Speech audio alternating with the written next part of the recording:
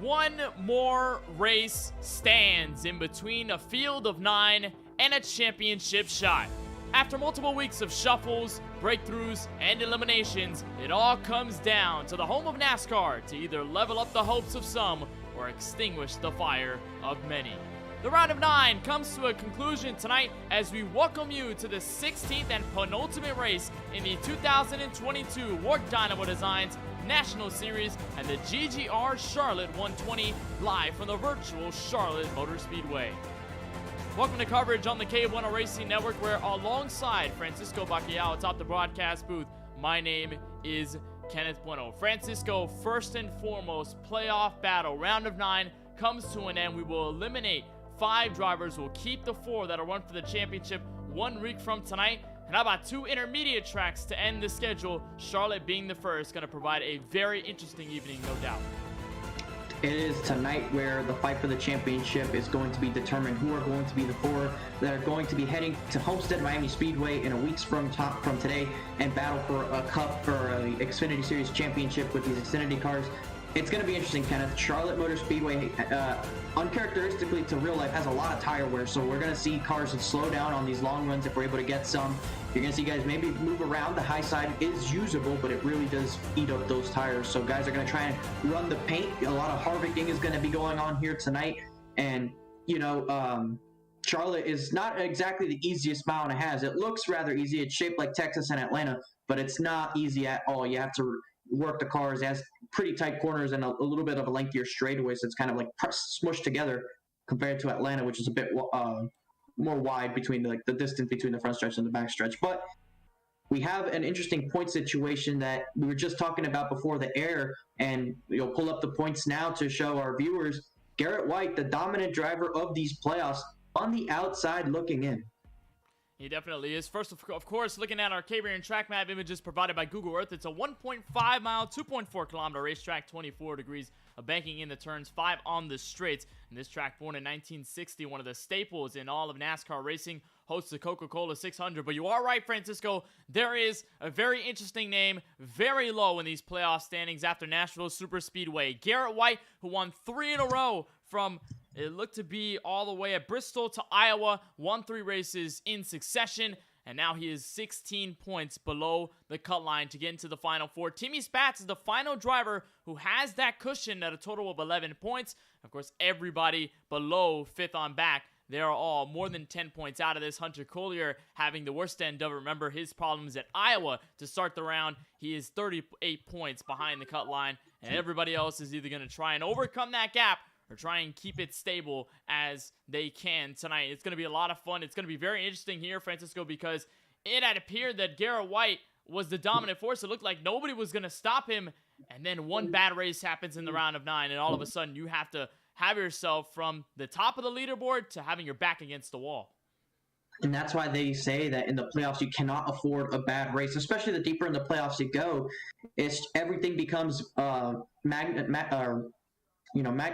forgot the word, but it's everything matters more. So any mistake, it'll be glorified. It'll show more frequently, and it'll force you to have to work harder to try and overcome that mistake. So, of course, not a good week last week over in the City of Music, but he has one more opportunity to try and make the championship 4 here. He doesn't need to win. I don't think. We have a pretty decent field size, so if positions work out in his favor, he can still point his way in. But of course, the only way you can guarantee is that winning the race. If you win the race, you're going to give yourself the best opportunity of it going into that spot. Of course, that is true. You took a look at the schedule, and after tonight, only one more race to finalize this 2022 WORC Dynamo Designs National Series season. We'll head to Homestead of Miami Speedway. That'll be the final race. But tonight, still need to crown those 4 that'll run for the title. And it all starts tonight as everybody's lined up behind the iRacing official pace car. And that means it's our time to take a look at your starting grid, see exactly where every driver and your favorite driver will be starting here tonight in the GGR Charlotte 120.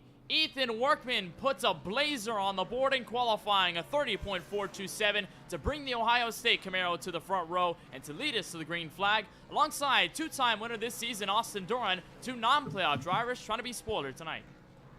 Kiloa Hankins, the man from Hawaii, is going to be starting in P3 tonight with the guy we were just talking about, Garrett White, needing a strong run today to make that championship 4 on the outside of row 2. And that's a good starting position already. Timmy Spatz, though, who is defending his championship 4 right on the cusp of the cut line. He is starting 5th tonight. Brady Cox, we saw him do well at Phoenix earlier this season. He's had some show-out runs. We'll see what he can do. He starts outside of that 3rd row. You got Jaden Carter down in P7 in the number 7. Right alongside him, Ryan Zabel, who I think we've seen for the first time this season in that number 10 with a top 10 qualifying spot. Well, look to the drivers that capitalize the top 10. Mason Sweet in the 56 will start 9th, and Logan Pugh in the 01 will round out your top 10. Cole Williams in the 998 is going to be in the 11th spot. You and I know Cole for a long time now. He's definitely going to be one to watch in this race on long runs with Caden Rife in the 79 in P12. And what's interesting is that the next playoff driver after Garrett White and a couple is Gino Merrill back in 14th. Quentin Haley will be on his inside in row number 7. Jack Leslie in the 37 is going to be rounding out the top 15 with Ryan Kime is going to be in the 16th position at number 2. We'll look back to row number 9. Bryson Collins, who's a total of 20 points below the cut line. He starts 17th. A little bit of work to do for him. He'll start inside with TJ Laird to his outside in 18th. Chase Gibbons is going to be in the 19th spot, and rounding out your top 20 is the 91 of Tyson Gifford. Your top 20 is the 91 of Tyson Gifford. We'll look through the rest of the field as they stand. None of them set qualifying time. Josh Patterson, the leader of the point standings, he's 21st. Joe Berge, winner at Auto Club, he's 22nd. Jay Mulder is slated to start 23rd. We'll have an interesting story about him. He's racing on a controller tonight here from Charlotte, so we'll keep an eye on that. Ryan Martin will start 24th. Nick Penna will round at the top 25, and Shane Fuller in the 57 will be the final driver in this 26-car field here tonight from the Charlotte Motor Speedway. So, a lot of things to focus on this evening. Of course, every single driver looking for a win. A lot of the playoff drivers looking to keep their championship hopes alive, and we'll highlight the number 26 of Garrett White. He is the highest running playoff driver right now on the grid, and so he's going to have a lot of pressure to make things happen. We'll take a look at the weather before we get started. It's a 75-degree afternoon, or rather evening in Sim, with winds barely to the west-southwest at about 3 to 2 miles per hour. Partly cloudy evening. No fog, no humidity. It's going to be beautiful here in Sim. Ethan Workman, Austin Duran, 2 Camaros, 2 non-playoff drivers lead us to the green for the GGR Charlotte 120. The round of 9 ends here.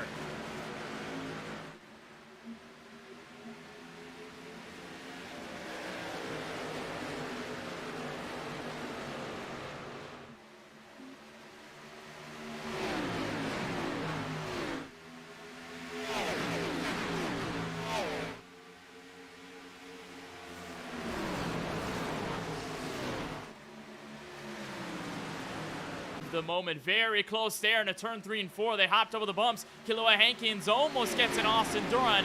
At this point, Francisco letting the 25 roll away with the lead, and they're almost 3 wide going back to turn 1. And that's Garrett White now on the inside of Kiloa. Keep the pressure here on this 26, but is yet to find a way around as we got side by side even further behind. That's Timmy Spatz here underneath Logan Pugh. And Spatz there on the cusp of the championship 4, and Spatz is at a big playoff moment, especially as of late in the round of 9. He's been able to perform, has been able to be consistent, and that's enabled him to have this spot and be able to lodge himself into the championship 4 if he can keep this place steady. At the moment, currently sitting in 7th. I think that's good enough to hold on to the gap that he currently has over the next driver in line, as everybody will be single file. And at the moment, Francisco, doesn't look like many drivers want to experiment. We've seen before that they've treated this track in the iRacing service Charlotte Motor Speedway, and you can run the middle, you can run the high side, and everybody wants to be content running that blue and white line on the bottom. There's a lot of tire wear here at Charlotte, especially if you run higher up. So it's probably why you're seeing everybody single file and running that bottom. So I don't think we're going to be seeing too much of that as the run goes on. It's all about getting to that paint, saving some tires. That's why you see these guys are so close. They're trying to run a certain pace. No one's trying to pull away. No one's really being aggressive. And you notice there in that shot, that's a 10-car pack that's pulled away from most of the field. So 10 cars have successfully been able to pull away from everybody else. I believe the first car that's not in this group is in 11th place, Cole Williams, trying to hold out of the 26. Gary's most likely going to be comfortably into the championship round if he's able to finish, even as low down as he is relative to where he used to be. So a good start so far for the O2. If he's able to keep it up, it is very close to running up front and pretty much winning at Nashville Super Speedway when he was in a battle with Wyatt Tinsley, who would then go on to win the race. But now here comes Garrett White to the inside for second. Yeah, I think a circumstance recently that we saw of this was Kevin Harvick in 2020. He was very dominant that season, had 9 wins, and in the second to last round, in the round of 8, struggling, came up a spot short of a win at Kansas, but unfortunately could not win a race. Had a tough break at Texas, had another tough break at Martinsville, and found himself on the outside looking in. Unfortunately, on that day, it was a 1-point gap as Doran and Workman both struck the wall off too. 1 point was what separated Harvick from a championship 4 spot. Needed to get past Kyle Busch. They both spun. Busch able to keep it straight. Harvick backed it into the wall. Could not advance on that day. We'll see if the story is different for Garrett White, who's right now leading the race so far, giving himself the best opportunity. He's maximizing the points as is, so at this point it's going to depend where Ryan Martin put it on to this main group, and it looks like already, Francisco, tire wear very big here in this opening segment of the race. In the first 19 laps, we've seen a handful of the leaders already start to fall off significantly. I think the most notable ones are those two right there, the 72 Kaloa Hankins and the 25. I'm trying to go to the inside. Trying to roll. And now he's starting to fall back, as I believe it's getting real close there up at the front. That's Kaloa Hankins underneath Brady Cox, and they're tailing in Ethan Workman. Cole Williams starting to catch up. This is the latter half of the top 10. Yeah, you saw a contact between the 76 and the 72 off of turn 4. They both got loose, but they're able to keep it pointed in the right direction. Workman just continuing to fall down the order. And there's Cole Williams, who's been steadily working his way through the field. He's already in the top 10. And actually, yellow flag is out because he had some rear damage there to his car. Not sure where that came from, but it looks as though an incident has happened involving the 13, the 37. You see right there the 01, or the 91, excuse me, of Tyson Gifford. Something must have happened on the back straightaway there towards the back end of the field. Kenneth, not exactly sure what, though. We'll take a look, and I don't believe it was actually the 91's fault here. May have been.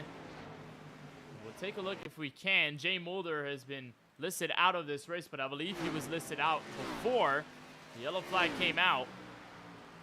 So we'll take a look and see what might have caused this yellow. Didn't see any drivers significantly drop off the order, so not entirely sure where this might have spawned from. You see a couple on pit road. That was Jack Leslie, who had made his way onto the lane. It was all by himself. He was running beneath the top 20. There's Gino Merrill with a lot of damage.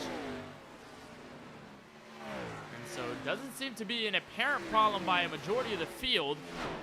Seems like everybody was mostly okay for the most part. We'll try to take another look and see exactly what might have been in it. But I believe maybe Jay Mulder, or maybe just someone else. Not entirely sure. We'll try and track it down, but for the moment, it doesn't seem to be the case. And don't see anybody in significant trouble, at least for the most part, as everybody's on pit road.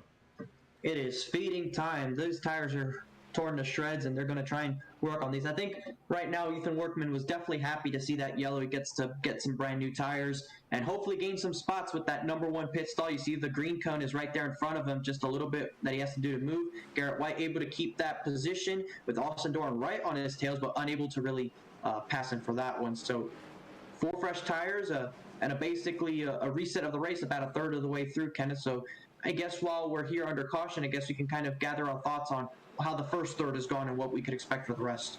Well, so far, it looks like tire wear being a very big factor here for the moment. Over the first 25, of course, Ethan Workman has suffered a severe drop-off, as Austin Doran, I guess, was not expecting the checkup here by the leaders. There's some lap cars up in front.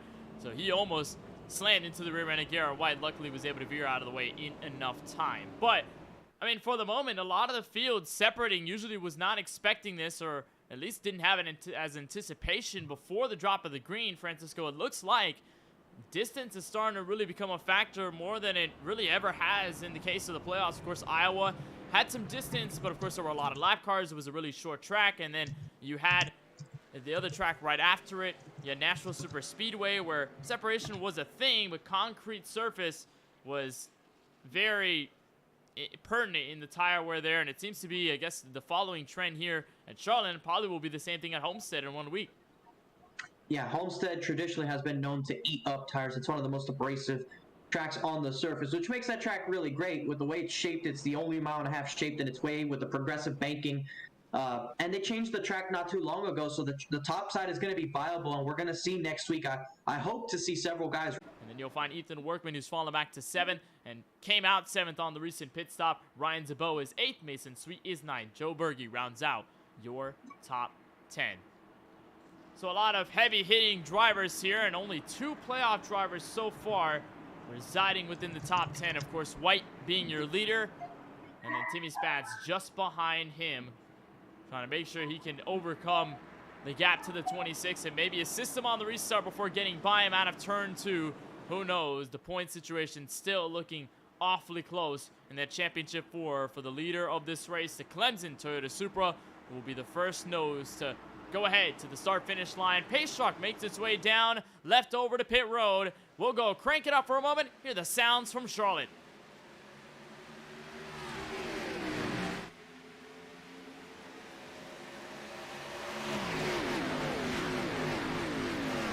That there was a little twitch, and he chased it up the racetrack momentarily, and then he overcorrected that, and that led it to a second stint. So right there, you see the car start to drift away, makes the correction, it does so again, and he was not able to get it done that time. Car goes to basically stall in terms of the engine. The engine basically stalled there on that spin, and it was no saving that, because if you keep the RPMs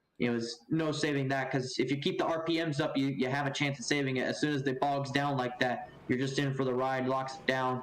Slight kiss to the wall. I don't think that's going to be too much damage for the 01 of Pew, but of course, it's going to still affect his race car. It's going to require him to sit on pit road, take the damage repair, and cost him in the end position. So not exactly ideal, and not exactly long of a run that we had there. You see right there, a free pass going to, I think that was the 91 that was involved in the first caution of this race. So not exactly much has happened since the first caution came out, so not anything particularly new to talk about for what happened in that run. We just have to kind of get ready for this next restart and see if it's going to work out again. Of course, with this league, if caution comes out within 5 laps of the previous one going green, that restart single file, so we know for sure this next one's going to be single file. It's going to help Garrett White because he won't have a charging effort. They can cater to any style you like and can ensure you will look good on track, all starting at just $5 per scheme. Message Josh Patterson on Discord at Josh Patterson #9212 or on Facebook at JP Designs to get him working on your iRacing scheme today. So without Jeff is really good. One of my favorite YouTubers, his name is Dashi. He always screams about GIF that would play during the IQSSL series, the Instagram Quarantine Street Stock League, and also, of course, the LGL Cup series. We've had some tenures with them. Of course, that was really the beginnings of the KBueno Racing Network in mid to early 2020. Of course, when the pandemic had shut everything down, all we had to resource was the internet and iRacing, and that's where everything exploded. We started the KBueno Racing Network back in early 2020, and the IQSSL series, the LGL Cup series, were some of the series apart from the iRacing Bungeon Lawn Care series to get us started. And I remember many of the people in that series would make their own ads about whatever brand and just kind of have fun with it. I guess that's a lot of fun. I guess cool that you guys over at FRS are going in the same spirit as we've got the lights out on the iRacing official pace truck. We will go green at lap 33 of 80. Garrett White will be your race leader. Austin Doran and Timmy Spats around out your top 3. Jaden Carter and Kilowa Hankins to your top 5. And Francisco, not a lot of changes between the front of the field. We've seen some placement here and there. Of course, Ethan Workman being the largest move downwards into the running order. But for the most part, everybody who started up front kept themselves up front in that first run. Timmy Spats has been able to move his way up through the field, which is good for him. He needs to have a good run so that he can maintain that top position in the championship, or at least in the top 4. We know the 02 of Patterson's looking good. We know that Timmy Spats is looking good. So a couple of the guys that were looking good have not exactly had bad races. And Garrett White, who needs to win, but also needs them to have bad races. It's basically going to come down to the 9 of Martin. Wherever Martin's able to finish is going to determine whether the 26 makes it or not, because Ryan Martin's down in 13th. If they finish like this, I don't think Garrett White is going to make it. So wherever Ryan Martin finishes is going to have a huge impact whether this 26 makes it or not, regardless if he wins the race, finishes second, or does whatever he can to do so. The pace car is going to make that hard left turn. It's going to be up to the 26 on when he decides to go. He's going to jump on it now just before the road course turnoff. Gets a good launch, even separation between your top three, but I think Austin Doran's going to try and fancy a chance soon enough, and I think we're back under the caution. Again, under the caution flag, so already issues here. And it may be near the rear of the field, and we've seen this before happen in certain cases where we go under a restart, the field stacks up, and then all of a sudden the caution comes out. We're trying to find out exactly what happened here this time around. We'll take a second look at the field as they were all single file going to this restart, and just might have been maybe a trouble here, Francisco, of the stack up, because when you're double file, yes, you can still stack up, but it's even worse, makes things more exacerbated, if you will. When you're going like that, it's actually Cole Williams, and it looks like the 7 car go around. I don't believe that's exactly the 7 car. That's a custom paint scheme there, but Cole Williams involved in an incident there, which would appear to be, I believe, Mason Sweet in the 7. We'll take a look here on board with Sweet. This is them going to the restart. Sweet will hop on the accelerator. Right there, the big stack up happens, and he slams directly into the 998 before losing control. It looks like he mistimed that restart. I think he thought that they were going, tried to time it, and unfortunately they hadn't gone yet in front of him. And of course, you can't make a move to the inside before start finish, so he tried to see if he can go around the outside, or just didn't realize that they hadn't gone yet. You see right there, there was a gap in front of Cole, but they had not accelerated yet, and I don't think the 7 saw that. I mean, you're sitting in that position, you can't exactly see in front of the car in front of you, so tough situation for both of those guys. And like we mentioned, no fast repairs, so unfortunately for Cole Williams and Mason Sweet, damaged race cars. Likely for Cole Williams, he's probably not going to continue this race, as he's not exactly running for points. It was just whether he was able to win the race or not. Unfortunately, he's already a lap down, possibly going to go 2 laps down here, so not exactly the restart he was hoping for. But this has been now the 3rd caution in the last 10 laps, so that pace truck is really starting to put a whoop on the field. And you know, we've talked about the cautions coming out and how Barney the Flagman is getting the arm workout of his life. Well, still got to give credit to the pace truck driver. And when the cautions come out, I mean, pace truck driver is the only one to come out, and there's no replacement drivers on iRacing when it comes down to that truck. So it's only one behind the wheel. And it seems as though he's now probably gonna get paid overtime here, most likely, if we consider to get yellows. Hopefully, though, we can still have a green flag run, much like we did to start this race. And again, the 2 drivers involved in that one, Cole Williams and Mason Sweet. Mason Sweet ultimately getting the worst end of that. Mason Sweet still on the racetrack. Cole Williams has taken it down pit road. So to answer the question over in the YouTube chat by Natasha Heckman, says, yes, we are experiencing some server issues. I believe now it's starting to relieve itself, so we are okay for the most part. We apologize for any technical difficulties so far. Just having some problems with our streaming platform right now. OBS seems to have some problems at the moment with frame rate droppage. Seems to be the fact that we're okay right now. It doesn't seem to be affecting the stream all too heavy at the moment. So hopefully we'll be able to run smoothly, keep the ship sailing all the way to the end. The checkered flag will be able to tell you the drivers who make it into the championship for tonight from the Charlotte Motor Speedway. So Francisco, over the first run, obviously the cautions have been really plaguing what could be a long second green flag run. But at the moment, let's say if you're any one of the playoff drivers, this Sweet's going to go around in front of the field. What has happened here to the 56? It is all kicking off behind the pace truck right now. He's now down to the apron of the racetrack. Oh, and he's going to spin right up the racetrack. You see these guys have to go down to the apron. He's going to alt F4 out of this race. And you saw everyone having to go down the apron, not sure what was going on there. He was going past the field. You see, I guess they didn't give him the outside. Normally when the cars go, and just gets loose. I'm not sure what happened there. It looked like he was going to get the wave round. It looked like race control had given him the option, and then Sweet spins the rear tires and then wobbles the car in that transition, and then again slams, pancakes the outside wall, and obviously immediately sends it to the garage. So a very bizarre sequence there for the 56 of Mason Sweet.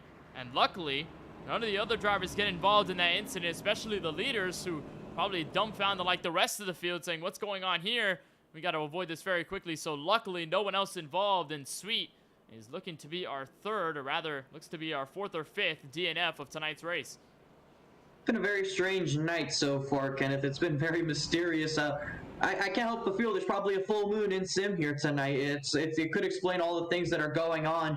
You know what the superstition with racing under the full moon is, and I think it could very well be a factor right now. You see O2 Patterson a little bit down the order right now. Perhaps came down pit road for some reason. Not exactly sure particularly what it could have been for, but he is down the order. But these guys have not been green flag racing. They have not completed more than half a lap since the first caution came out, because you saw the restart where Logan Pugh spun.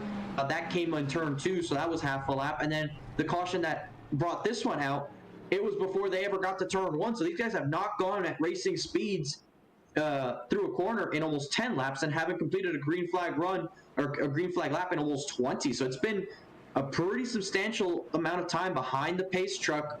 So I'm just curious as to have these guys got the tire temperatures under them to be able to fire off here when we're getting ready to take the green here shortly. That's a very big point. And also what I'm wondering here too, Francisco, is that the rhythm has been frankly eliminated at this point. The rhythm that you built up over at least the first 20 laps before the caution came out the first time, all of that was kind of holding on intact for the most part after the first yellow, because here and then every time a yellow will come out at some point.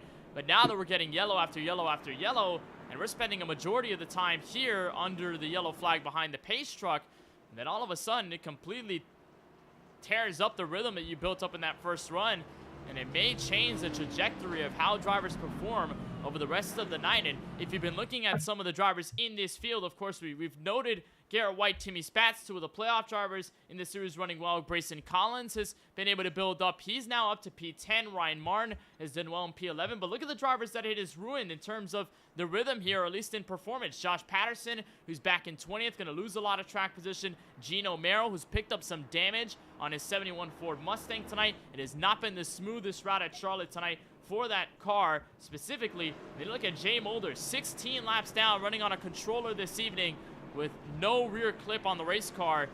It's been either pretty good for a majority of the playoff field, but really, really bad for the other half.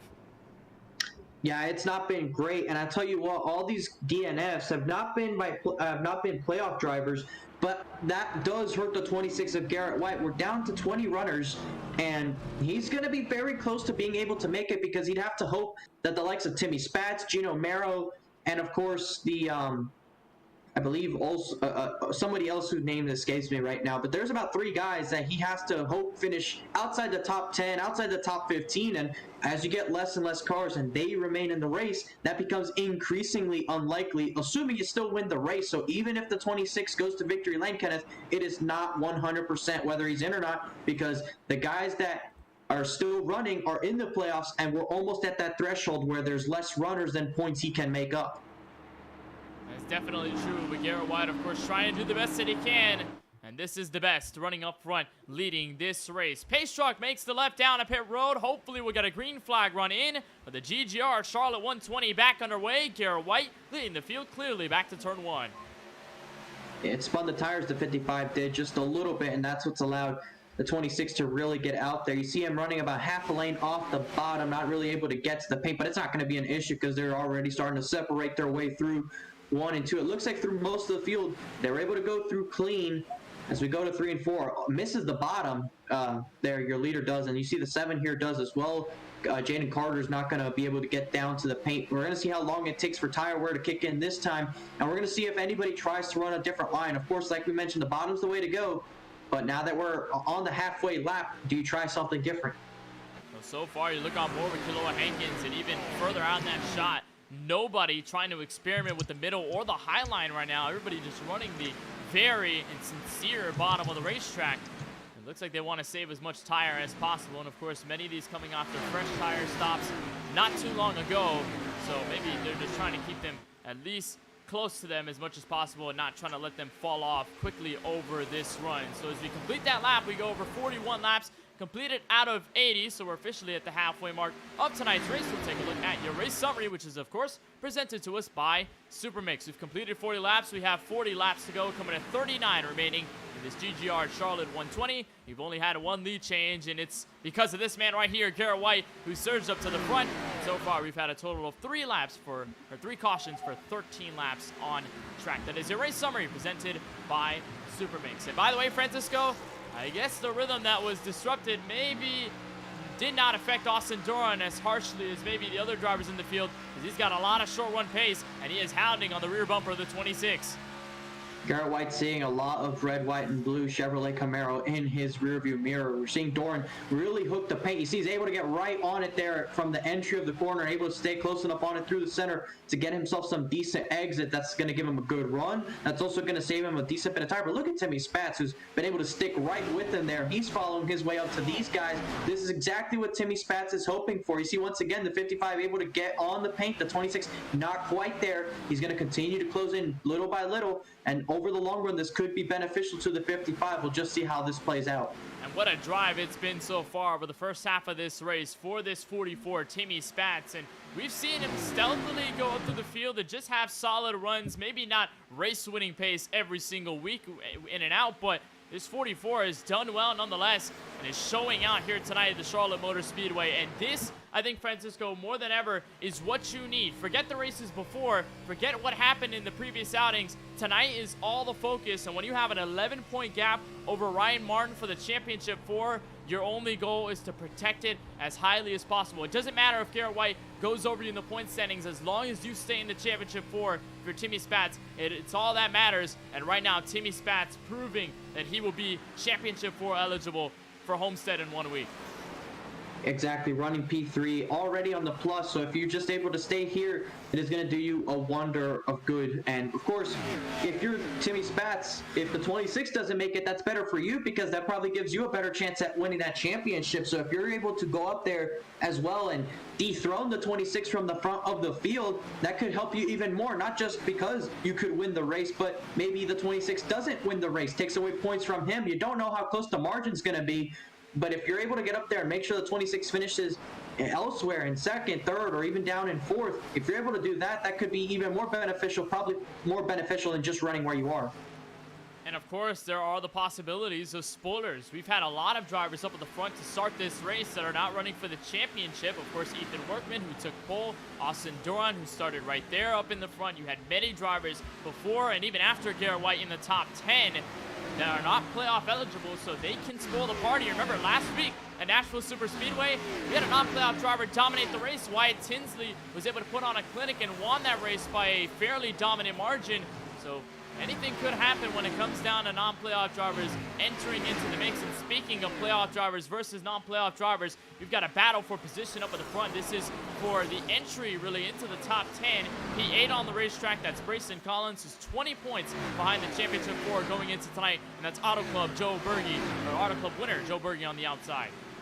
And you see right there, he went really up the racetrack trying to use that outside to his advantage, but didn't get a good exit. And now they're going to catch up to this car, and Collins is going to have to check up. That's Brady Cox in front of him. That's going to cost him the position to the inside of the 83. And you see, it's going to cause the 83 to check up off the corner because they catch up to Brady Cox. He's going to go to the inside, 3 wide going into turn 3. This is going to have to work itself out here. Not a lot of room here. Charlotte Motor Speedway is rather narrow, but they're going to actually stay 3 wide throughout the corner. Coming out to turn 2, almost contact the 76, make almost 4 wide with Ethan Workman. So aggressive racing going on here, trying to get past that Cancer Chevrolet Camaro run by Brady Cox. And Brady Cox had to worry there. He was directly in the middle and almost hit the 5 of Brayson Collins. They almost got together and almost got into the 25 there. Coming out of turn 2, the Ohio State car slid up the banking. All of a sudden, Brady Cox has been in not 1, but 2 code brown moments within the past lap and a half so far here at Charlotte Motor Speedway. Luckily, though, they all keep it clean. And Cox right now directly side by side with Ethan Workman, that is, for position number 9. So Collins is able to ease his way through. He's in P8, was not able to get over Joe Berge, who now holds on in 7th. By the way, there's another playoff driver here as well, looking to take some positions away. Ryan Martin in 11th. Ryan Martin's doing a good job, but unfortunately not enough at the moment. You said he was 11 points down on Timmy Spatz. Timmy Spatz is indeed in front of him. But Garrett White, most likely, with the way things are looking right now, all the playoff drivers are finding their way to the front of the field. That's not going to do him any good whatsoever in terms of trying to make the championship round. You see now, to the inside of Bryson Collins. But if this continues, if these playoff guys move to the front, that's going to cancel out any gains that Garrett White makes, and this win is going to be like it never happened. That's exactly true, and that's the worry here in this position if you're Garrett White, or frankly anyone below the cut line. Of course, if you're Bryson Collins up in front, if you're Connor Hervilla, who unfortunately is not here tonight and will be eliminated, if you're him up front, if you're any driver below that cut line with more than 10 points below that P4 spot, this could ultimately cancel out if the other drivers who you're fighting with start to do well, and especially ones that are over the cutoff, like Timmy Spatz, who's in P4, and then those under who are trying to equalize them with you, Bryson Collins, Ryan Martin, included in that conversation. So as much as Garrett White can hold on to the lead and dominate this race, and let's say he does go to victory lane, it could not pan out in his favor going to Homestead of Miami, and that's what makes things more interesting here in this playoff scenario. All of them fighting tooth and nail to get to South Florida with a chance at a 2022 title. Look at the textbook pass here, Francisco, though, by Kiloa Hankins, the Hawaiian driver, over to the inside of Austin Doran, and that's for P2, going to try and overcome a 1.3 second gap to the race leader. Yeah, I'm not sure if he pitted on the last caution to try and get somewhat fresher tires on his race car, maybe try a fuel strategy run to the end. Not sure 100% what the idea is there. Most of the field cannot go to the end of the race on their current set of tires and fuel, as they did pit around lap 27, lap 28, so it's just over 50 laps. But if Kiloa did come down pit road under the most recent caution just before the green flag, you will know that that is somewhere around the lap 37 mark, making it around 43 laps, which puts it in the realm of possibility. And that's really all you need. If you for someone like Kiloa Hankins, who's racing for just the race win, if you put yourself in an opportunity to do just that, then that's exactly what he's going to do. So he's now moved up his way up into second place. And we talk about he's from Hawaii. It is 8 p.m. on the East Coast right now in Hawaii. I do believe it is almost 3 o'clock in his local time. So it's rather early in his day. It's still in the afternoon. Meanwhile, it is well into the prime time of our time zone. That's very interesting. Of course, Kiloa having to deal with that living on, frankly, the other side of the country, very far into the Pacific Ocean. But he has had a trip over to Charlotte. Of course, he does go to college in North Carolina, so at least, I guess, kind of a home, quote-unquote, home race for him. He's lived a couple of months, in fact, I believe over a year in Charlotte as he's attending university. So Kiloa Hankins trying to make sure he can have success here at the Charlotte Motor Speedway, place where he goes to school for his major. You watch a battle here, even behind them, as Austin Doran is sticking with that 72. This is the 7 and the 44. Timmy Spatz has run as high as third tonight. Has since fallen back to the edge of the top 5. That's Austin, or rather Jaden Carter. They're both trying to catch up to Austin Doran, but Jaden Carter currently occupying in 4th. And what a run it's been for Jaden Carter. We haven't really said his name at all, not only tonight, but in the entirety of the WORC Dynamo Designs National Series season. This driver entering late into the campaign and hasn't had stellar racing since he joined and made his debut. But tonight he's flipping the script. Currently right now running P4. Great outing for him so far. Sometimes in the playoffs, you get these sort of performances out of certain drivers. It's drivers that you maybe haven't talked about through most of the season, or hasn't exactly been flashy, but they'll always have their one race in the playoffs as a spoiler where they just run really good. And when you look up on the scoreboard and you see them, you're like, wait, I haven't seen this person up here before that often. And you tend to put some light on it because they're doing really good for what they've been used to throughout the season. So a top 4 spot right now for that 7 car. If he's able to get a top 5 finish out of today, I think he'll be really ecstatic with that.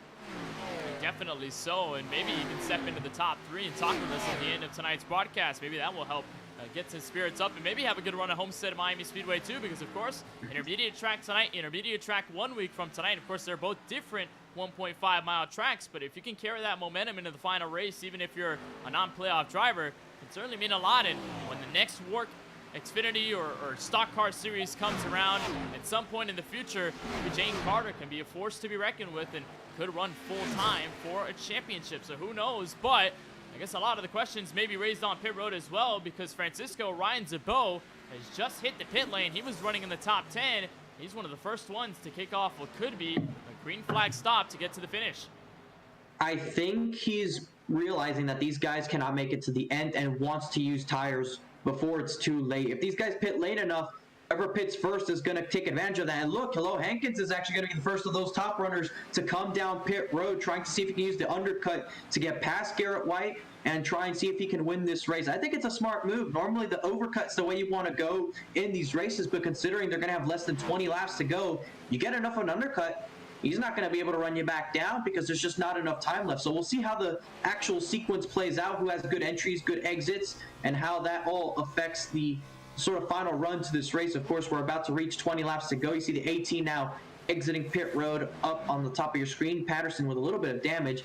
Hopefully that for the 18, that Z-Line Design Schemes does him well. Of course, Kyle Busch very successful in that paint. And there's your race leader, Garrett White. He's in to pit road. We're going to see he's going to pull into his stall here, and he's second now. Austin Dorn's in as well. Nice clean entry for both of them, so they're going to have service. And we're going to see where the 72 comes out relative to these guys. He pitted 1 lap earlier, and he was about a second, just over a second behind Garrett White. So Garrett White's going to finish his service there. You see he's going to get ready to go. He still exits in front of the 55, so at least relative to Doran, he does a good job. So as he goes through the flat part of the racetrack, we're going to see where the 72 is. He should be coming through 1 and 2 now. As you see more cars working their way on pit road. Yeah, the 72 is right with him, actually. There you see him exiting the track. He's going to get in front of Doran. He's going to carry some momentum. Is he going to try and challenge Garrett White? We'll see going into 3. White's going to go to the top. He's not going to sell it to him exactly, but not enough momentum for the 72 to make the pass. White is going to keep the top spot, and he has 1 lap better tires. What a solid move by Kiloa Hankins to make that undercut work, at least against that 55. And of course, has brought himself significantly closer to the race leader. It was about a 1.5 seconds of distance between the 72 and the 26 at one point in that run before the stops. And now they're clustered together. Garrett White has moved up to 3rd, so he will be your net race leader. Jack Leslie and Chase Gibbons are among the drivers who have yet to end up on pit road, both of them with 38 and 28 laps respectively on their green flag stint. So we'll take an eye on it. It looks like Jack Leslie will spend the majority of the time waiting out. He'll wait a little bit longer. Chase Gibbons will most likely be the next one to strike when it comes down to making a green flag pit stop. In fact, there he goes, dives underneath the apron. Will be on his way to pit road speed limit. Jack Leslie will switch over to the race lead. There were a couple of drivers, though, who made earlier calls. Francisco, pretty much the first drivers to go in, and you're watching 2 of them right now. Josh Patterson, Ethan Workman, amongst the drivers who are trying to make a substantial undercut here on the leaders. But the best they can get right now is 7th and 8th. Drivers in front of them having fresh tires, of course. Yeah, for Patterson's just trying to get the best result he can. Of course, he was leading the points, so he's just trying to make sure he gets a decent enough result so that he can stay in the top 4. I don't think he's going to be too worried about possibly being eliminated just because of the situation that the 26 finds himself in. But, you know, Garrett White, even with the 1 lap better tires, has not exactly gapped that 72 behind him, and we're about to approach 15 laps to go. So I think depending who pushes and depending where they push, it could wear tires a certain way. We'll see if the 72 mounts a charge or if the 26 is going to try and put him to bed. I think this is probably going to be a little bit more telling, though. The 55 is right now on the bumper of the 72, and if they get racing for that 2nd spot, it's going to invite Garrett White to pull away. And it also doesn't help that, of course, with Kiloa making that undercut, he does have a 1 lap difference on tires comparative to the 55 and the 26. So that 1 lap, although it's probably not as big as it could be, is still rather significant at a track, especially that is known for wearing out Goodyear Eagles more often than others on the schedule.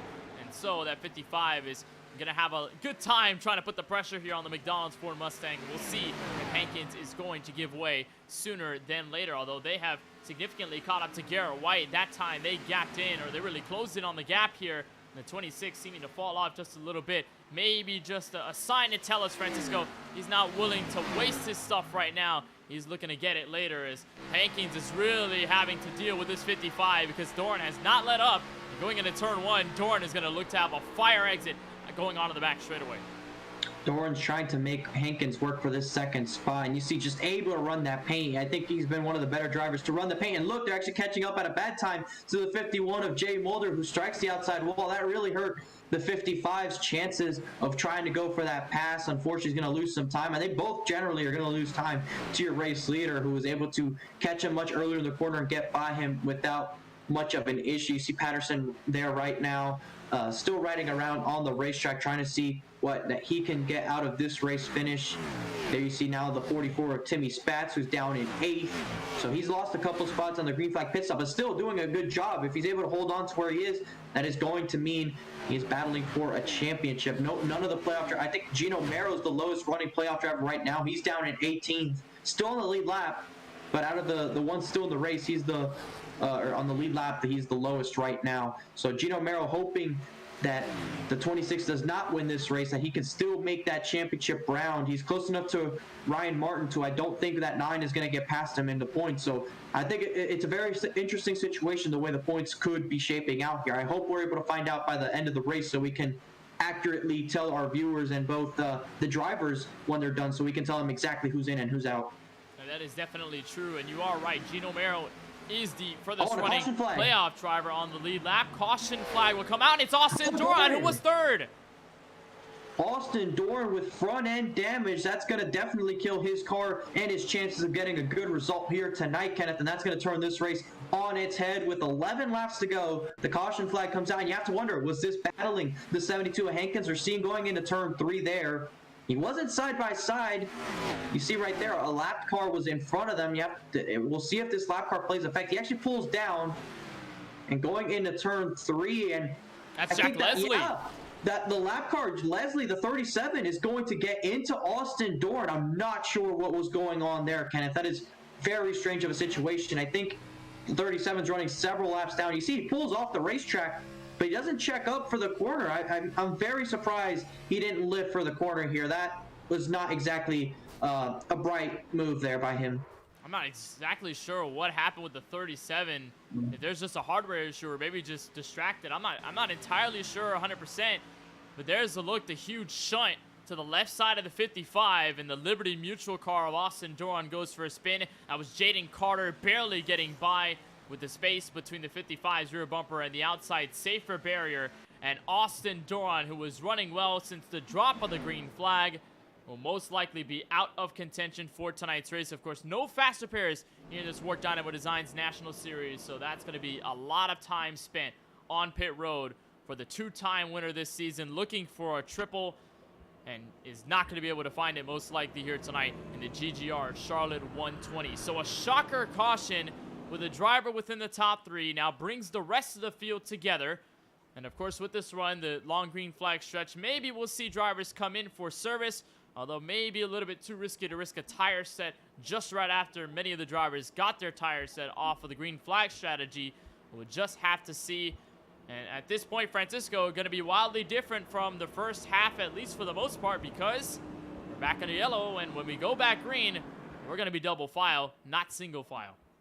Yeah, and it's going to be a shootout, basically, just a handful of laps. I think the pit road was open last time. I think it's open again. If it were me, I would want to come down pit road, even though they pitted about 10 laps ago, just because you want to do something different to the 26 of White. You want to get on a different strategy and do something different. I think a couple cars are coming down pit road. In fact, I see a couple maybe turned down off the racing surface. No one at the front in particular, but I did notice somebody was on the flat. So at least one car came in, I believe, but most of the field's going to stay out. I would have hoped to have come in. I would have hoped more cars would have came in. You could really take advantage of a tire set. It's a 10-lap difference. It's your last set. So if you get enough people to come in, if somebody breaks that, if everybody's just going to follow, if someone just breaks off, that's going to invite a couple more people in. And soon enough, everyone's going to follow suit to get the brand new tires. And that's where it's all about. But it's going to take one person. And unfortunately, no one really pulled in. But, Kaloa Hankins is going to have an opportunity here against the 26 on a restart. If he's able to time it good enough, that should land that McDonald's car in the victory lane. And, I've been seeing that McDonald's car, Kenneth. I've never seen a McDonald's car on the racetrack on iRacing in a while. It's making me kind of hungry. I could definitely go for, a chicken sandwich, some chicken nuggets. It's making me hungry. Hey, why don't you go for a pre-race snack before FIRS? Why not? In between the intermission of tonight's ending, and maybe you can grab yourself a little snack before you go racing, give yourself a bit of energy. But, it has been a while since I've seen a McDonald's car on track. And, of course, McDonald's only really has one win in the past, I'd say, decade, almost 2 decades in the Cup Series. At least in a while. That, of course, that 72 going to victory lane with Bubba Wallace last year at Talladega in the fall. But the 72 has put on a show tonight. I mean, no doubt about it. The non-playoff drivers have come here to play. Apart from Garrett White being an orange bannered race car, everybody else behind, at least for the most part throughout this entire race, Austin Dorn, you look at Jaden Carter, you look at some of the other ones in this field, Ethan Workman, who started on pole, all of them not running for the championship, and they're just here coming for the race win. So it's been exciting seeing them clash here with what's been a very interesting playoff points battle. And of course, Garrett White, who came into tonight more than 15 points out of the championship four, is looking to have this last hope here coming in 8 or 6 laps to go rather here from the Charlotte Motor Speedway. So we will double them up, go on a restart here, lap 74 of 80. Everybody not going down pit road on the recent yellow on behalf of track position. Garrett White, your race leader. The 72 of Kealoha Hankins in second. Jaden Carter, who has had a great race so far this evening, he'll be in third. Joe Berge, Auto Club winner in a late race clutch situation. We'll see if he can replicate that. He is in fourth. Josh Patterson has weaved his way to the top 5 with strategy in the yellow. Timmy Spatz, it's been a great evening for the playoff driver. He is now 6th. Ryan Zabot has moved to 7th. Grayson Collins, playoff driver, is in 8th. Ryan Martin, also playoff competitor, is in 9th. Shane Fuller, who started, I think, the deepest in this field out of anyone tonight, he racks up the current top 10. So we're going to get ready for what's going to be most likely a wild restart here in the home of NASCAR. Garrett White trying to hold on to what's left to enter the championship four at Homestead Miami Speedway 1 week from tonight. We'll go back green racing in the GGR Charlotte 120. White will have discretion. He'll jump early. We're back racing at Charlotte.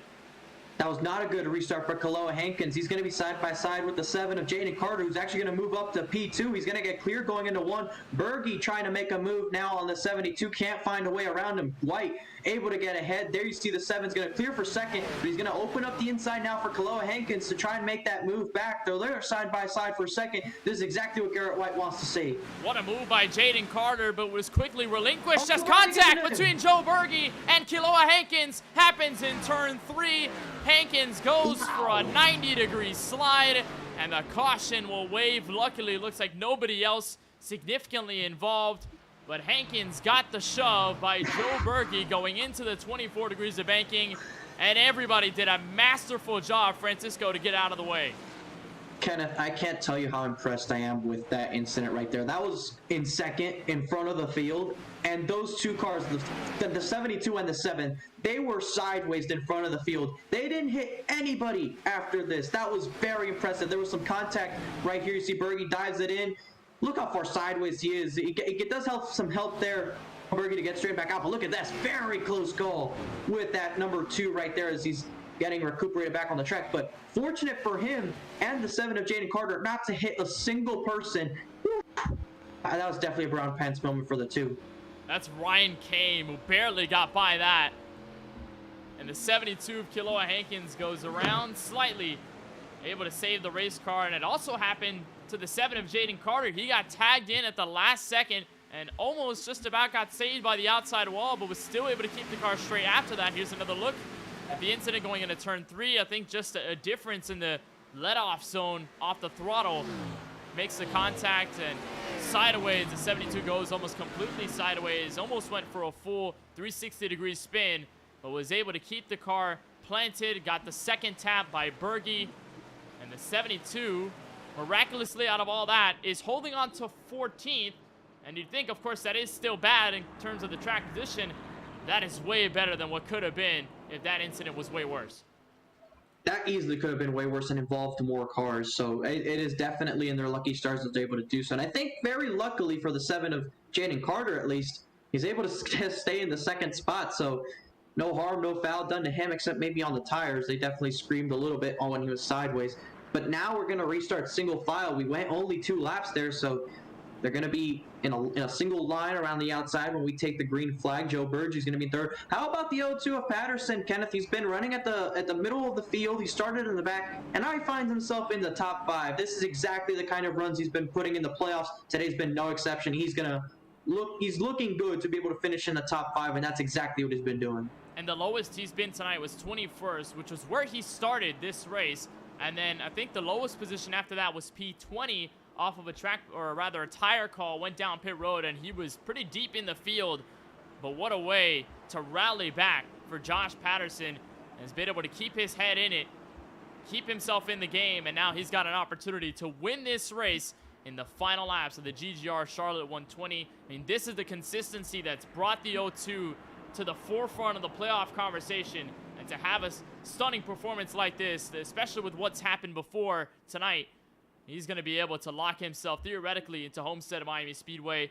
He led the point standings going into tonight, and most likely will lead it coming out going into the final race of this 2022 season. So now, of course, we had a restart with under 10 laps to go in this GGR Charlotte 120. And now, Francisco, we find ourselves potentially, in fact, probably organically, in green, white, checkered territory. Going to launch with probably 2 laps to go on the racetrack here at Charlotte. What do you do if you're the rest of the field to try and hold on and keep yourself with Garrett White near the end? Honestly, Kenneth, I think on the last caution I would have came down pit road. That's probably the thing I would have done, because you're most likely not going to beat him on the same set of tires. He's been able to get great launches on these restarts, and no one's been able to really run him down after that once he gets that gap. I think if anybody was going to do something, it was going to be with new tires and try and use that against him, but no one really came down pit road on the last one, definitely not this one. So when the pace car hits the line, we should be 1 to green. We're going to have an organic, regular attempt at 2 laps to go, and we're going to see Garrett White try to time the restart once more. He's done a masterful job of that today, but, you know, again, mind we repeat, it could be all for nothing in terms of the playoff situation, because all the playoff guys that he's having to battle for that last spot, and generally up in the top 4, are all towards the front half of the field, with the exception of Jay Mulder, who's already out of the playoffs in the sense that he's below the cutoff and he's not going to advance in the current position he's in. So it's all going to come down to where the rest finish, and right now it is not looking pretty at all, because all you see in the top 10 is some orange banners. That is definitely true. The restarts here, especially as of late, have bunched all the playoff drivers. White, of course, in first. Josh Patterson will start inside of row 2, so just behind your race leader. Timmy Spatz, who's had a great evening up and down, he's in P4. Then you look at Brayson Collins. I think this is the highest he's been all night long, in P6. Ryan Martin, who's fighting for his playoff life, came into this race right below the championship 4, trying to defeat the 44 of Spatz, who's 2 cars in front of him. Martin is currently in P8. Gino Mero is just outside of the top 10, but he is in P12. And then Jay Mulder has not had the best night. It looks like he will face elimination once the checkered flag drops. But all the playoff drivers right within each other's grasp, and all trying to catch up to the Clemson Toyota Supra, who's looking to win his way into the championship 4. Pace truck makes the left down a pit road. We will go racing with 2 laps to go from Charlotte. Here comes Garrett White to the start finish line. They're wrecking behind. That's Brady Cox going for a spin. They're going to spin at the back of the field, and that's going to put us into overtime now. And I think they went double file because it's a late restart, Kenneth. I'm not sure if that's a thing that the league does. If it's 2 laps to go, we're going double wide. And if that's the case, that's definitely going to make the end of the race interesting. But I think that's a case of old tires back there and some checkups. You have used tires. They're kind of warm. And you have cars trying to time the restart. You get both those things coming up. Somebody's going to spin their tires. You see right there, you actually got hit from behind. I couldn't tell who it was that hit it. I think the 79 gets into the back of the 76 of Brady Cox. We're going to see right here a gap in front of him. He's going to accelerate. 79 thinks it's go time, and that's going to stack him up. Exactly what we saw on one of the earlier restarts, and unfortunately gets in to another car there on that inside line, and another one drives right into the side of him. There were 2 groups of cars that were spinning around in the aftermath of this. Of course, it all started with Brady Cox just behind Nick Pena. He gasses up, then slows down as they check up, and then Caden Reif gets into the rear bumper. 76 goes into the wall, spins around, tags Jack Leslie, and then as Leslie tries to recoup himself, he gets into Austin Dorn in the 55. Jay Mulder is also in it. I think TJ Lair might have caught a bit of the contact here as well. And just similar, Francisco, to the incident involving Cole Williams and Mason Sweet a little bit earlier on in tonight's race. Of course, there were double file, but it's the same circumstance. Drivers checking up, drivers not expecting them, and then by the time they hop on the brake pedal, it's way too late for them to get back in it cleanly, and then they slam into each other, create that huge effect, and then cars go around and cars get damaged.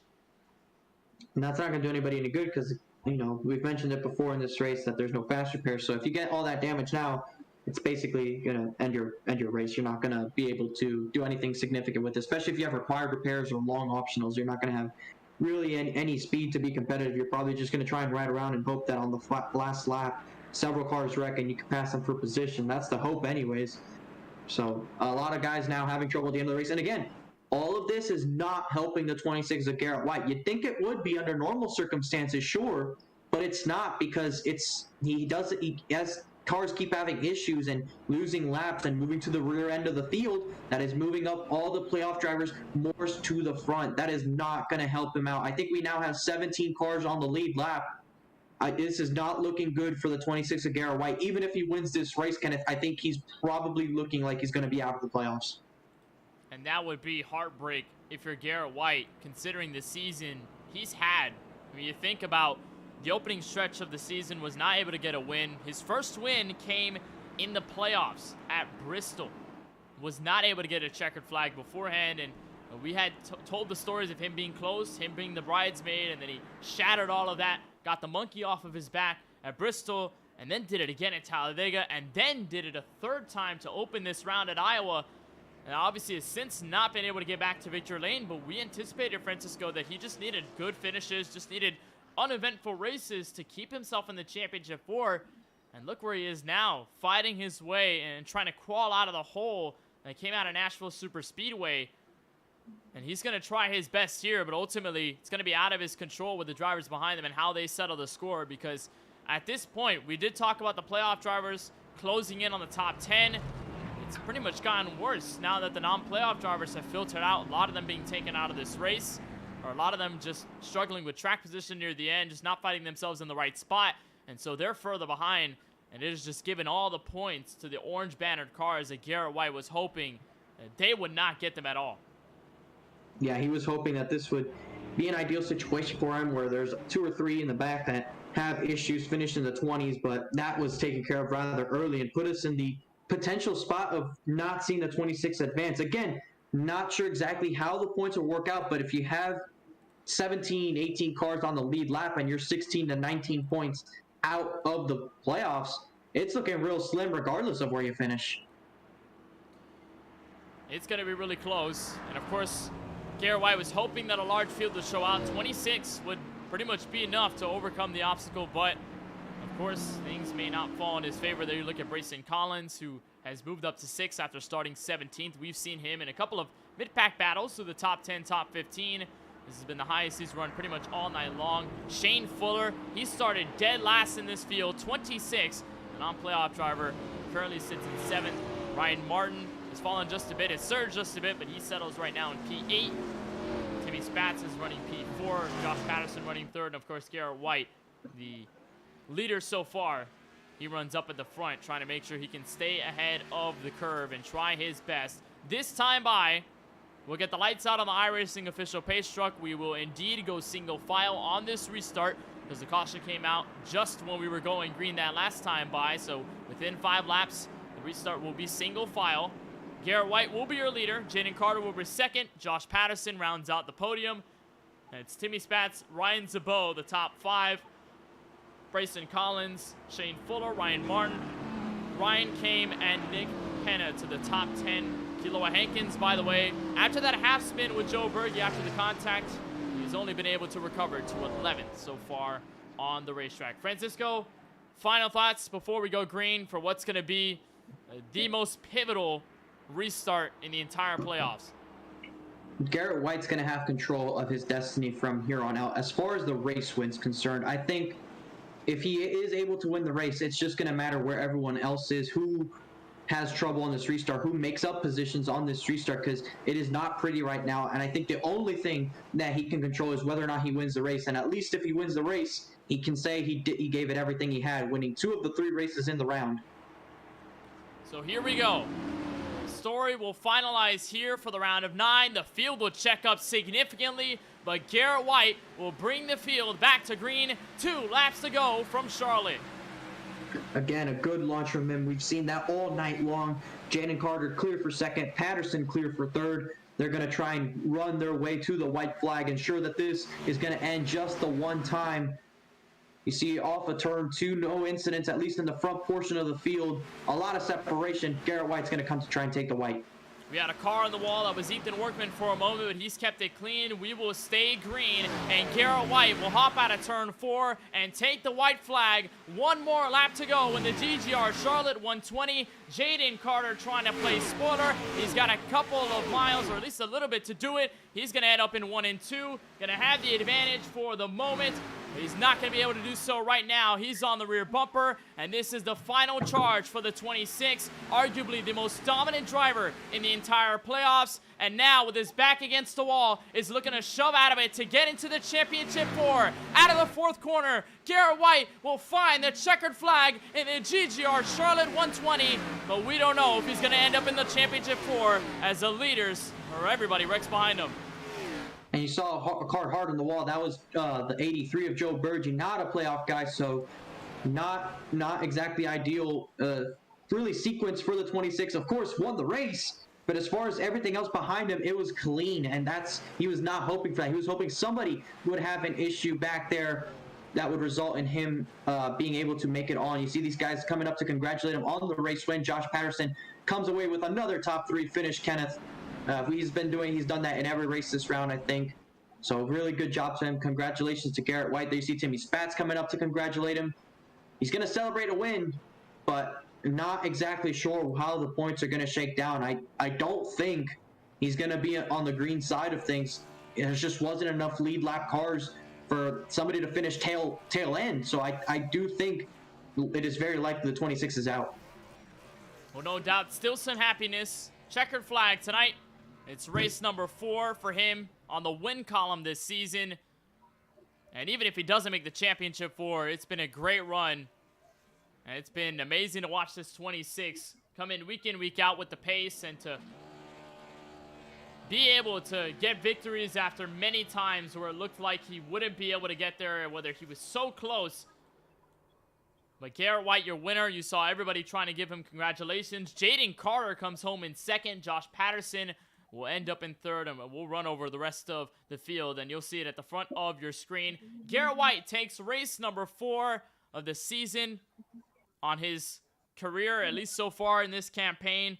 He gets it here at Charlotte. His first 1.5-mile win this season. So a fun fact for him, he's got a lot of those wins at short tracks or super speedways. This is the first time he's gone to victory lane at an intermediate track 1.5 miles long. Jaden Carter, a stellar non-playoff driver performance for him. The 7 car, he finishes 2nd. We'll talk to him in just a little bit. Josh Patterson, the playoff leader, going into tonight, he holds on to the podium. We'll talk to him, and of course, it looks like he will end up in the championship 4 at Homestead Miami Speedway. Timmy Spats, a night to remember for the 44. When he needed to stand out, when he needed to perform, he did just that, and that should propel him into the championship race 1 week from tonight. Ryan Zabot, didn't talk about him too much. The Toyota Supra that almost about lost the car, merging back onto the track after green flag pit stops. He's able to recover to 5th. Brayson Collins needed a good run tonight. Not sure if it's going to be championship 4 eligible, though, at the end for him. He finalizes tonight in P6. Shane Fuller from dead last tonight is able to hold on to 7th.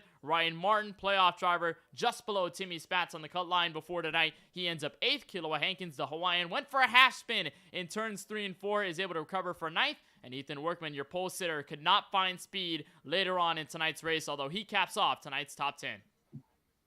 Looking at 11th is Ryan Kame in that 2 car after avoiding that contact with the 72 in that spin, was able to finish 11th. Joe Burgee, who lost about 5 spots after that crash in the trial, will finishes outside the top 10.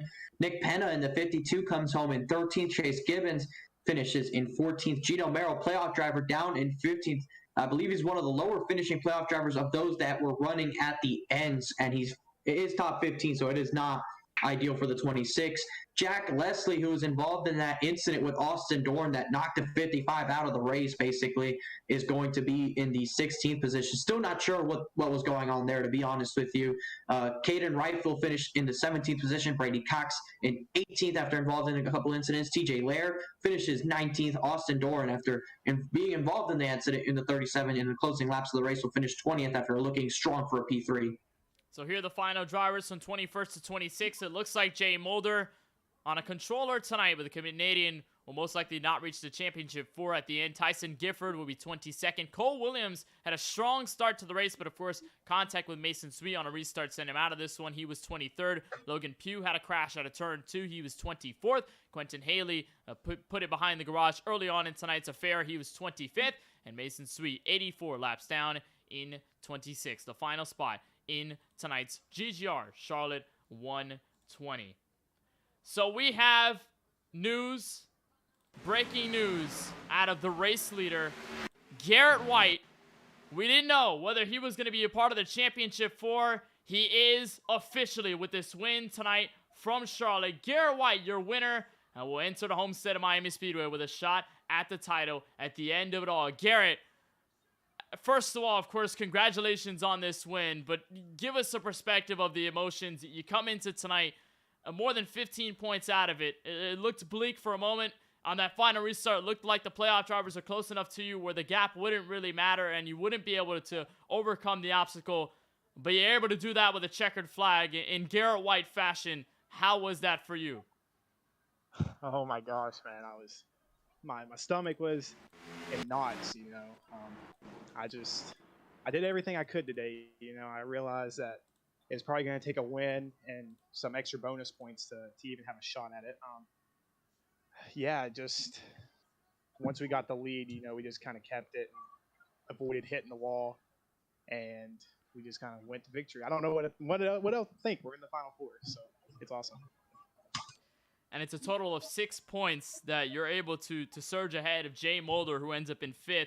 And, I mean, think about the run that you've made in these playoffs. Of course, winless throughout the first 75% of the campaign, and then you surge overhead at Bristol. You're able to get your first checkered flag, and then you do it 2 more times in a row at Talladega and Iowa to kick off this round of 9. And then you finally pick it up at Charlotte. What has been the motivation? What has been the key to this very fiery end to the season that'll take you into the championship race 1 week from tonight? Yeah, that's a good question. I think, what lit the fire is just when we started the season, we were so close to winning it. It took us, all the way until the playoffs and win. But each race that we, finished second or third, that just added to it. And, once we won at Bristol, it kind of just all busted loose, and, we were able to really go on a run. Didn't make it easy for myself. Last week, so I go to Clemson University, and we were on spring break last week, so I wasn't able to run. But it would have been fun to try to go for 5 in a row, but it is what it is. We're in the playoffs, and that's all that matters. So now, after the roller coaster of factors going into tonight, the GGR Charlotte 120 from Charlotte Motor Speedway, you're championship eligible. You're with 3 other drivers running for the title. What are the expectations? What are you going to try to do to make sure that when we get to the end of that race, it says Garrett White 2022 WORC Dynamo Designs National Series Champion? I think the goal is just to keep doing the same thing. It seemed to work so far. Just stay out of trouble. I think the speed will eventually show itself. Don't be too aggressive at the start. It's a long race, and if we do that, I think we have a decent shot at winning. Definitely. Well, you're able to celebrate this win. You're able to nudge yourself into the championship 4, Homestead of Miami Speedway, the last one left in 1 week time. Garrett, before we let you go, here in the broadcast booth, is there anybody you just want to thank for making tonight's run and this playoff stint possible? I would like to thank my team, Whiteout Sim Racing.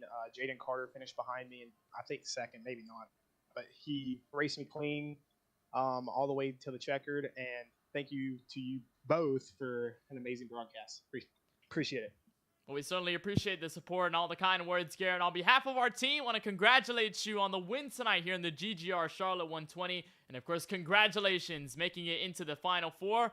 We'll see you 1 week from tonight. Wishing you the best of luck moving forward.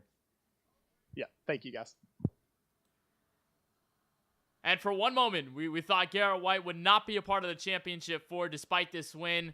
Well, it all turns around at the last moment in positive fashion for the 26. Garrett White, your winner here tonight, and he ends up part of the championship 4 by a total margin of 6 points to 5th place, Jay Mulder. We'll end up talking to second, hopefully if we can, not in any of the voice chats, but we get to talk to another playoff driver who will also be a part of the championship 4. this time in the playoff point lead. Josh Patterson, who comes home third on the podium, he sat by alongside Francisco Bacallao. Well, Josh, it's Francisco again up in the booth. It seems like we always find each other having these conversations at the end of the race. Another strong finish out of you. You started in the back of the field and you methodically worked your way up to the front. Can you kind of take us through what that was for you? Luck. I short pit the green flag pit stops there, and it looked like I was going to get maybe a low top 10, maybe like a ninth out of it. And I was like, all right, I'm content with that, because I knew going into the race I'm pretty much locked into the next one. So I think I had a 26-point cushion. We had 26 cars, so I was safe with that. So I was kind of just doing whatever I could to just get a solid finish. So I was happy with probably finishing there. And then we had the yellow, and my tires were awful compared to everyone else's around me. I think they had about 10% more wear at the end than some of the guys I was talking to. So I got lucky that the first wreck with Joe and Kohang, and then I just was able to hold on to third because of the consistent cautions and Timmy getting a bad restart. So yeah, lucky. A lot of things did go your way. Another top 3 finish. That's another one in the books in these playoffs. You've been very consistent, very fast. Of course, this is a mile and a half. We have a mile and a half to settle the championship next season, or next week, I should say. You're going up most likely against that 26 of Garrett White, who's found himself in victory lane 4 times in these playoffs. How do you feel you're going to stack up against him going into next week? I'm going to have to practice. So I think he's definitely the one, the favorite for this. As much as he deserved to make it in, I was kind of hoping he wouldn't, just so I'd have that little edge. But it'll be a fun fight with him. I think it'll definitely be between the two of us. So I'm looking forward to it. I'm really excited, but got to put my work in beforehand. Of course, you have a whole week to prepare for the championship event at Homestead Miami Speedway. But before we get there, you have a lot of people that made this season possible to give you this opportunity to race for a championship. Who was it that made this happen? Well, before I thank anybody, I'm sure you noticed the pink car tonight. I got the word that my grandmother passed only about 30 minutes before I loaded up the session today. So racing with a heavy heart. So yeah, just an honor to have her in my life, and shame to see her pass. But guys, I got to thank Dynamo Designs, Limeade Media, Keystone Corner, PHR Clutches, Vulture Racing Engines, EBC Automotive, 704 Sports Update, and everyone else.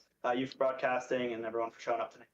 Yeah, I think I can speak for Kenneth and I when we say we wish condolences to you and your family on the passing of your grandmother. We know that she was a prominent figure in your life. We hope you guys deal with this as best as possible. Obviously, you ran the pink car in her honor, and you're able to come and win the top 3. I think that was really good. We always appreciate you taking the time with us, Josh. I always enjoy these interviews. I hope Kenneth is talking to you next week as a champion. I'll be wishing you luck going into that race, and can't wait to see you fighting that 26 for it. Yeah, thanks a lot, Francisco. Talk to you soon. That's Josh Patterson, who comes home at the last step of the podium after starting in 21st. It was a resurgence out of the 0-2 car tonight. Of course, with the word that we just got from Patterson in that interview, want to give our thoughts and prayers to the Patterson family, the passing of his grandma. But of course, a great finish nonetheless here tonight from Charlotte. P3, and he's going to be running for the championship in 1 week time. So we'll toss it back up to the broadcast booth, Francisco, and this race showed us a lot, of course. The roller coaster of emotions you could go through as a driver, the situational awareness you have to have. When you're the race leader, you got to focus on cars behind you, the points. And I remember talking with Brayson Collins, league owner, before tonight's race, and he gave me the stat sheet and said, you're probably going to have to make this look more intense than it is, but it was still rather intense to see everybody fighting for position and doing well, especially at the end, and watching Garrett White cross the start-finish line to enter the championship four in a sea of doubt. Yeah, Garrett White was able to do it in the end of it all, and he's going to be battling for a chance to win a championship at Homestead next week. And we've seen him be fast at the mile and a half, but it won't come easy. These guys are racing for a championship. It's one race. Anything can happen at any time. Yeah, we've covered a couple races there from Homestead championship circumstances where it looks like it's going to go a certain way, and all of a sudden all it takes is one mistake by one driver to change everything on its roof and make everybody want to chase after things, do some strategy, go for it, knowing that they have just the one opportunity to do something. And that's all going to be here in exactly a week from today at Homestead Miami Speedway, same time as this week on KBueno Racing Network. I'm going to be excited for that one. But I will say I'm going to try and keep this condensed because I have to go jump in my race car now. Well, you got to go in that race car. You got to put on the show for the FRIS crew. And, of course, it's been a pleasure having you alongside in the booth. There's a look at the schedule at the front of your screen. And it's only down to 4 drivers to run for the title. It'll be Josh Patterson, Timmy Spatz in at second. Gino Mera will enter in as third. And Garrett White, via the win tonight from Charlotte, will enter into the championship 4. Will be the final driver in. Those 4 running for the title at Homestead Miami Speedway, April 7th, 1 week from tonight at 7 p.m. Eastern. You can catch that right here on the KBueno Racing Network.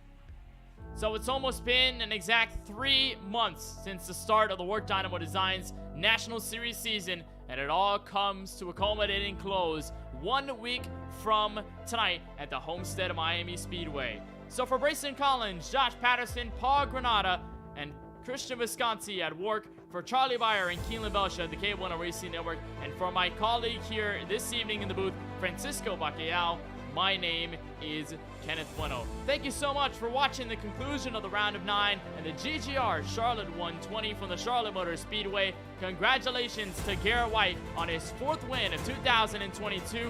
1 more race to go, 4 drivers left. Homestead of Miami Speedway is the last race remaining.